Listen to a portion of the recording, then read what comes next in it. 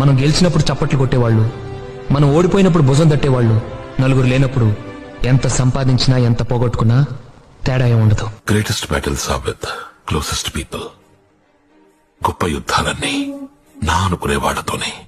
వినే టైము చెప్పే మనిషి వల్ల విషయం విలువే మారిపోతుంది. లంబరి నిజం చెప్పకపోవటం అబద్ధం, అబద్ధాన్ని నిజం చేయాలనుకోవటం మోసం.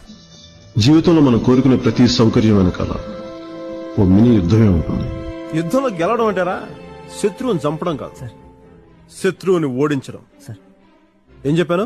ఓడించడం సార్. ఓడించడమే యుద్ధం యొక్క లక్ష్యం. Okay sir. చంపడం కాదు. యుద్ధం చేసే సత్తా లేనోడికి శాంతడిగే హక్కు లేదు.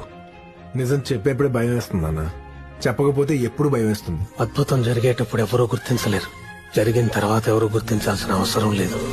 వాడి లైన్ రోజున ఎవడైనా కుట్టగలడు, అసలు గొడవ రాకుండా ఆపుతాడు చూడు, వాడు గొప్పడు. చూడు బాగి, అందంగా ఉండడం అంటే మనకు నచ్చేలా ఉండడం, ఎదుటి వాళ్ళకి నచ్చేలా ఉండడం కాదు. కారణం లేని కోపం, గౌరవం లేని ఇష్టం, బాధ్యత లేని యవ్వనం, జ్ఞాపకం లేని వృద్ధాప్యం అనవసరం. అలాంటి వాడు ఉన్నా ఒకటి లేకపోయినా ఒకటి మాత్రం గుర్తుంచుకో, సంపాదించడం చేతకాని వాడికి ఖర్చు పెట్టే అర్హత లేదు, చెప్పే ధైర్యం లేని వాడికి ప్రేమించే హక్కు లేదు.